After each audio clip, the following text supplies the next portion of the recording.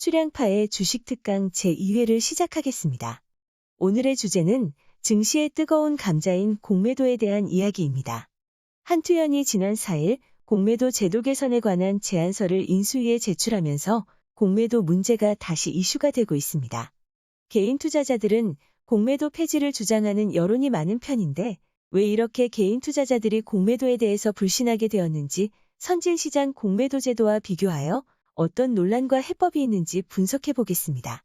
공매도를 본격적으로 언급하기에 앞서 출양파의 개인적인 의견을 말씀드리고 시작하겠습니다. 국내 공매도 제도는 심하게 기울어진 운동장이다. 그럼에도 MSCI 선진지수 편입을 위해서 공매도는 전면 재개해야 한다. 다만 불합리한 제도 개선이 선행되어야 한다.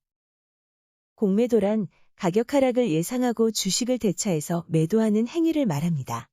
영어로는 숏셀링이라고 하는데 기능은 같지만 없는 것을 판다라는 의미의 공매도보다는 조금 순화된 느낌입니다. 실제 공매도 제도와 공매도라는 단어는 이질감이 있는 부분도 있기 때문에 공매도 기능을 표현하는 단어로 적합한지 고민을 해봐야 할 것 같습니다. 공매도에서 개인 투자자가 차지하는 비중은 코스피는 2% 내외이며 코스닥은 4% 내외에 불과합니다. 개인 투자자의 공매도 비중이 낮은 이유는 여러 가지가 있겠지만 가장 대표적인 이유는 개인 투자자에게는 진입장벽이 높고 공정한 게임의 룰을 적용받지 못하기 때문입니다. 금융당국은 무차입 공매도를 금지하고 있으며 무차입 공매도는 현실적으로 거의 불가능하다라고 주장을 합니다. 그러나 수작업에 의한 실수는 발생할 수 있다라고 인정하는 등 이중적이고 애매한 태도를 취한 것이 한두 번이 아닙니다. 선진시장에서는 사람이 할 수 있는 실수를 방지하고자 공매도 시스템을 전산화한 경우가 대부분입니다. 우리도 전산화를 추진하고는 있다지만 그동안 보여온 행태를 보자면 얼마나 의지가 있는지는 장담할 수 없을 것 같습니다. 금융당국이나 공매도와 관련 있는 이들의 주장을 보면 논리적 모순이 있거나 어떤 행위의 이면을 보는 통찰이 부족하다는 것을 느낍니다. 지금 보시는 화면은 모건 스탠리에서 10여 년간 공매도와 대차거래 업무를 담당했던 어느 공매도 전문가가 중앙일보에 기고한 글입니다. 그의 주장에 따르면 주가를 낮추기 위해 공매도를 한다는 인식이 있으나 실제로는 공매도 세력이 현물 주식을 대량으로 보유한 경우가 많다고 합니다. 또한 공매도는 보유하고 있는 주식에 대한 리스크를 줄이기 위해 쓰는 전략일 뿐 공매도 자체를 주된 거래로 하지 않는다고 항변하기도 하였습니다. 출양파가 판단하기에 공매도의 현물 보유는 제도적 허점을 이용해서 상방과 하방에서 모두 수익을 내겠다는 전략적인 선택으로 해석되는데 동일한 행태와 사안을 놓고 시각 차이가 극명하게 갈린다고 할 수 있겠습니다. 특히 공매도가 주가를 낮추기 위해서 존재하지 않는다는 주장은 기고한 사람이 관련 분야의 전문가가 맞는지 전문가가 맞다면 저희를 의심하게 만들 정도의 편향적 사고라고 할 수 있습니다. 언론사를 이용해서 근거 없는 악성 찌라시를 남발하는 등 공매도 세력이 수단과 방법을 가리지 않고 불법적인 행태를 보인다는 것은 시장 참여자라면 누구나 아는 공공연한 비밀입니다. 공매도의 이런 행태로 인해 선량한 개인 투자자들이 피해를 입은 사례가 차고도 넘치는 상황에서 실체를 외면하는 유체이탈식 주장에 납득을 할 수가 없습니다. 그는 제도의 형평성 문제에 대해서도 공매도를 두둔하는 주장을 하며 개인 투자자들의 인식과 심각한 괴리를 보여주었습니다. 개인과 기관 간의 담보 비율 차이를 인정하면서도 개인보다 기관에게 엄격한 기준을 적용한다고 강조하며 기관의 진입장벽이 높다는 듯이 주장합니다. 공매도 시장에서 개인의 담보 비율은 140%이고 기관은 105%입니다. 개인 투자자들은 미국 등 선진시장처럼 개인과 기관의 담보 비율을 똑같이 해서 잘못된 게임의 룰을 고쳐달라는 지극히 상식적인 요구를 하고 있습니다. 그런데 기사의 내용은 그동안 금융당국이 대응해왔던 내용과 크게 다를 게 없는 주장을 하고 있는 것입니다.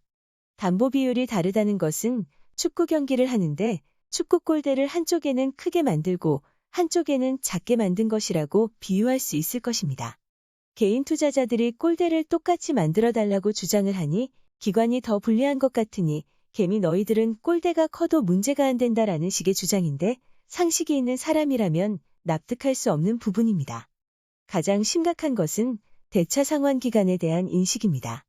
개인은 대차 후 60일을 보장받지만 기관은 차입 후 대여자로부터 회수 요청이 있을 경우 언제라도 상환해야 한다라며 기관이나 외국인이 오히려 공매도 제도에 더 불리하다는 주장을 반복합니다. 회수 요청을 안 하면 무기한 연장할 수 있다는 말은 어디에도 찾아볼 수 없습니다. 만기가 1년이지만 거의 대부분 연장이 되고 있다는 팩트마저 공개하지 않습니다. 게다가 금융위기가 발생했을 때 하루 수백 개 이상의 상환 요청을 받은 기억이 있다며 자신의 경험에 비추어 공매도의 상환에 대한 부담을 대변하고 있습니다. 금융위기에 주가가 폭락했다면 공매도들은 이미 돈방석에 앉아있을 상황인데 해먹을 거 다 해먹은 상태인데 그런 상환 요청이 있다고 한들 공매도에게 무슨 부담으로 작용한다는 건지 이해할 수 없는 대목입니다. 공매도 불공정에 대한 항변치고는 너무 초라하다는 생각마저 들게 만듭니다. 지금까지 공매도에 대한 문제점 위주로 언급을 하였고 지금부터는 공매도에 대한 오해를 팩트에 기반하여 말씀드리고 MSCI 선진지수에 편입해야 하는 당위성에 대해 설명드리겠습니다. MSCI는 세계 최대 주가지수 산출기관입니다. 전 세계 주요 증시를 미국과 일본을 포함한 23개의 선진시장과 한국과 중국을 포함한 27개의 신흥시장, 그리고 26개의 프론티어 시장 등 3가지 등급으로 분류합니다. 전경련 산하 한국경제연구원은 지난해 5월 한국 증시가 MSCI 선진시장으로 승격되면 한국 증시에 최대 547억 달러의 외국인 투자 자금이 순유입되고 코스피 지수는 최대 4,000포인트를 넘을 것으로 전망하였습니다. 2020년 코로나 팬데믹 이후로 한국거래소는 공매도를 한시적으로 금지한 적이 있었습니다. 그러나 공매도 금지 기간에도 시장 조성자들은 예외적으로 공매도를 허용하였습니다. 상황이 이렇다 보니 일부 강성 개인 미디어들은 공매도 금지 기간에 불법 공매도가 자행되고 있다라고 오도하는 경우도 있었습니다. 공매도와 시장 조성자 제도는 분명 제도에 허점이 많고 불공정한 제도인 것은 틀림없는 사실입니다. 그러나 공매도와 관련해서는 과장되었거나 가짜뉴스도 많다는 점을 간과해서는 안 될 것입니다. 적어도 주식 투자를 해서 투자 성과를 높이려면 진짜 뉴스와 가짜뉴스를 변별하는 능력은 필수적이라고 할 수 있습니다. 팩트에 기반해서 상황을 파악하고 대처하는 것은 투자자로서 기본 자세가 될 것입니다. 시장 조성자 제도는 2005년에 주식시장에 처음 적용되었고 본격적으로 활성화되기 시작한 것은 2015년입니다. 시장 조성자 제도가 도입되기 전에는 시장의 관심에서 멀어진 종목은 거래량이 너무 없어서 보유 주식을 청산하기조차 어려운 경우도 비일비재했었습니다. 보유 물량이 많은 경우에 청산할 때는 호가창을 대거 밀어내며 매도할 수밖에 없어서 자신이 보유한 종목을 스스로 폭락시켜야 하는 상황까지 몰리게 되는 경우도 적지 않았습니다. 주식의 생명은 거래량이고 거래량은 유동성으로 확보할 수 있습니다. 유동성을 위해 꼭 필요한 제도인 시장 조성자 제도를 불법 공매도의 주범이라며 주홍 글씨를 새기려고 하거나 선과 악으로만 구분하는 이분법적인 사고로 접근한다면 제도를 이해하고 적절한 비판을 하는데 전혀 도움이 되지 않을 것입니다. 시장 조성자와 공매도 제도는 존재 자체에 문제가 있는 것이 아니라 제도 개선을 미루고 제도를 악용하는 불법 공매도와 그들을 엄벌하지 않는 금융당국에 있는 것입니다. 특정 집단에만 유리한 제도를 만들어 놓고 개인들은 쉽게 접근조차 못하는 상황이라면 기울어진 운동장이라는 오명은 쉽게 지워지지 않을 것입니다. 다만 칼로 사람을 죽일 수도 있다고 집안의 칼을 없앨 수 없는 것처럼 공매도에 문제가 있다고 선진시장에서 대부분 시행하는 제도를 우리만 폐지한다면 국내 시장은 영원히 이머징 시장에서 벗어나지 못할 것입니다. 개인 투자자들은 이유를 막론하고 무조건 공매도를 폐지하자고 주장하는 경우가 많습니다. 공매도는 원칙만 잘 지키고 형평성에 문제가 없다면 순기능을 무시할 수 없으며 주가에도 긍정적으로 작용하는 경우도 많습니다. 잘못된 것이 있다면 개선하려는데 방점을 찍어야 할 것입니다. 공매도 자체를 폐지해야 한다라고 주장하는 것은 금융과 증권의 기본 원리를 너무 간과하는 태도가 될 것입니다. 외환시장이 개방되고 불합리한 공매도 제도가 개선된다면 우리도 MSCI 선진시장에 편입될 수 있습니다.